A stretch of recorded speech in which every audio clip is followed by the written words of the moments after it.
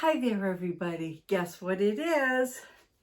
Yep, it's Tea Tuesday, and welcome to Tea Tuesday.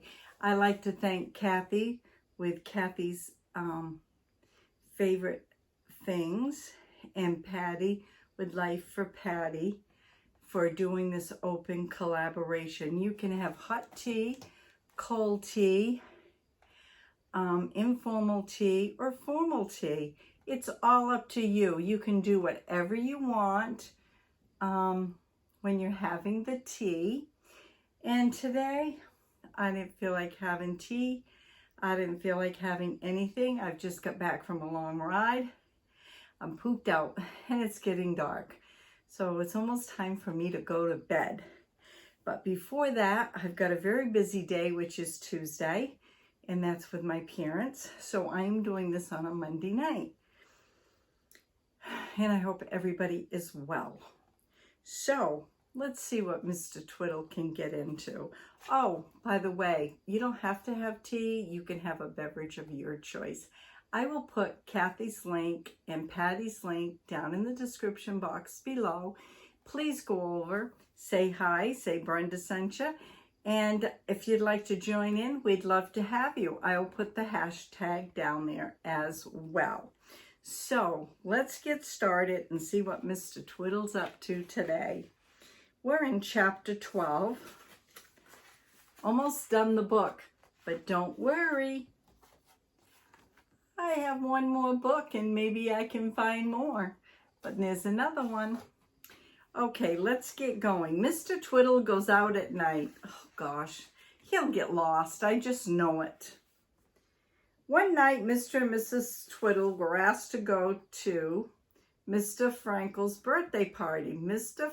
Frankel doesn't get home till 7 o'clock, said Mrs. Frankel. So it will have to be a supper party. Can you come? We'd love to, said Mrs. Twiddle. Only it is so dreadfully dark at night now. Still, we have our torches and we'll come along. Mrs. Frankel, thank you for the invitation.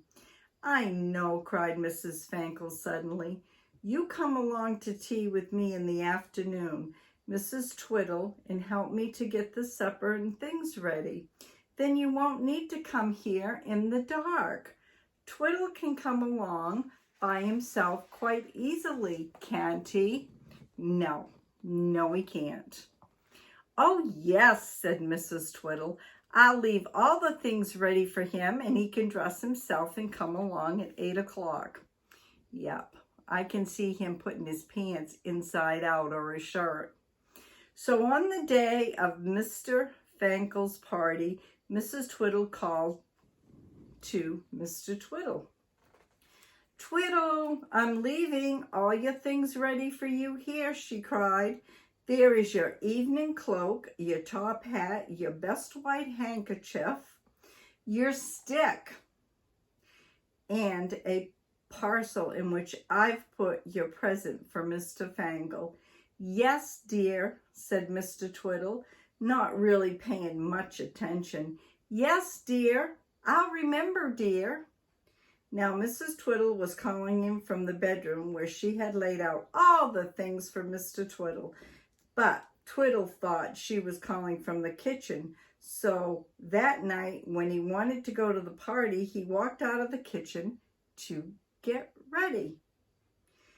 There, nobody's there. Mr. Twiddle did not dare to light a lamp because Mrs. Twiddle had not drawn the curtains before she had left that afternoon. And Mr. Twiddle knew that his wife would not have the light on unless the window was covered.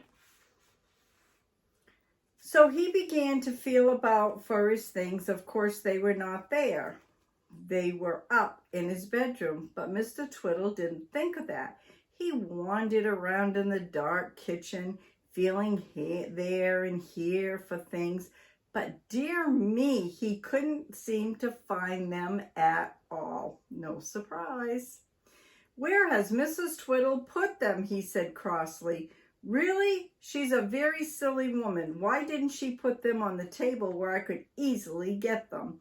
And why didn't she draw the curtains before she went? So I could light a lamp and see what I'm doing.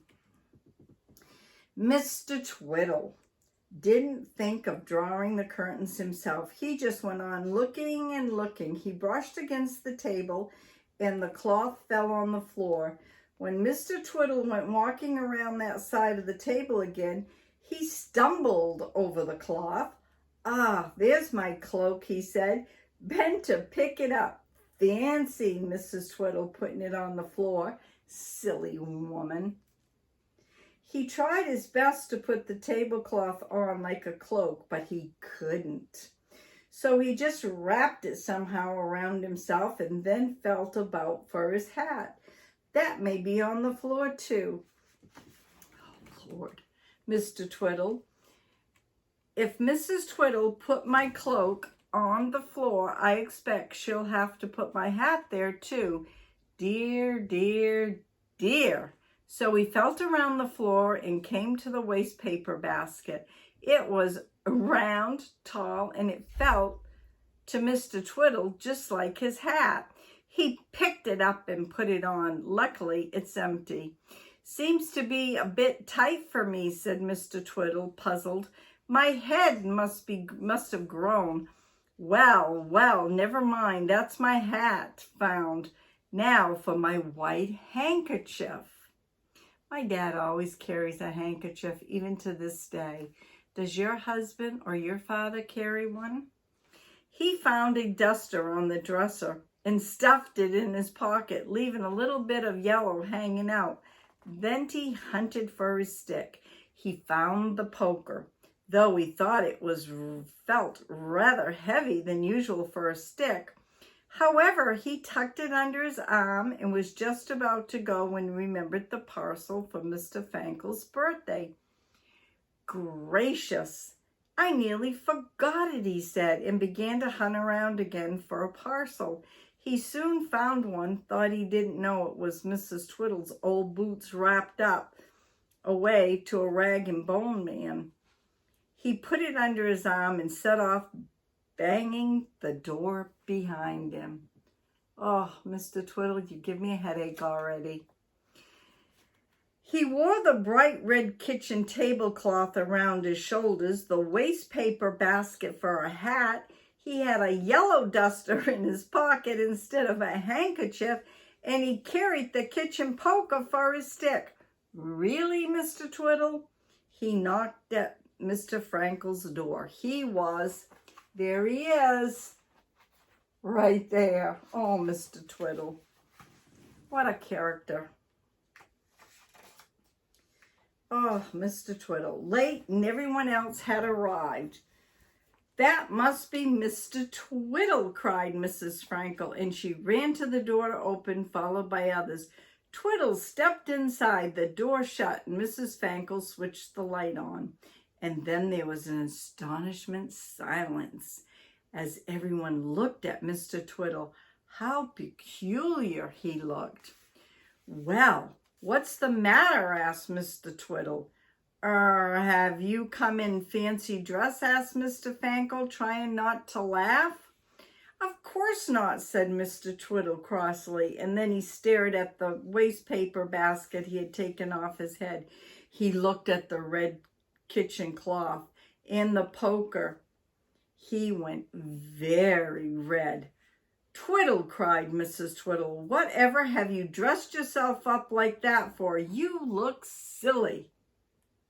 "It was a mistake," said Twiddle, putting down the basket taken off the red cloth. He stood with the poker in the umbrella stand and tried to look merry and bright. He felt hot and bothered, so he took out the handkerchief to mop his head and pulled out the yellow kitchen duster.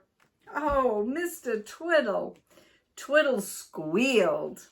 "Mrs. Twiddle, my duster, what'd you take that for?"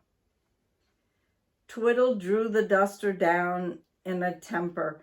Then he gave the parcel to Mrs. Frankel. "Many happy returns of the day," he said. "Here's a little present for you." "Oh, thank you," said Mr. Frankel, and undid the parcel. Out fell Mrs. Twiddle's holy old boots. Holy moly, he's going to be in trouble. Well, really? What a funny present, said Mr. Fankel, puzzled. Mrs. Twiddle began to laugh. Oh, he brought the wrong parcel, she said.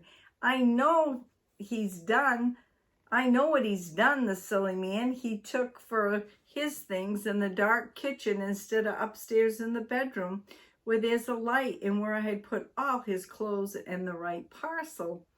Oh, Twiddle, I shall die of laughter. I know I shall. And she began to laugh and laugh and laugh. Everyone else laughed too. Really? What would old Twiddle do next? Who would have thought anyone had worn a wastebasket for a hat, a kitchen tablecloth for a cloak? Twiddle stood there looking sulky and red, and then he suddenly began to laugh too. You should have heard him. Ha, ha, ha, ha. Ho, ho, ho. He, he. She said, wiping his eyes, I'm a silly fella, but anyways, I've given you a good joke for your birthday, Mr. Frankel. And he certainly had. There you have it. Next week is chapter 13. Mr. Twiddle is a funny fella. Do you think? Thank you for coming along for Tea Tuesday today. I hope you enjoyed it. I'll put everything in the description box below. Thank you, Kathy. Thank you, Patti, for the open collaboration of Tea Tuesday. Bye now.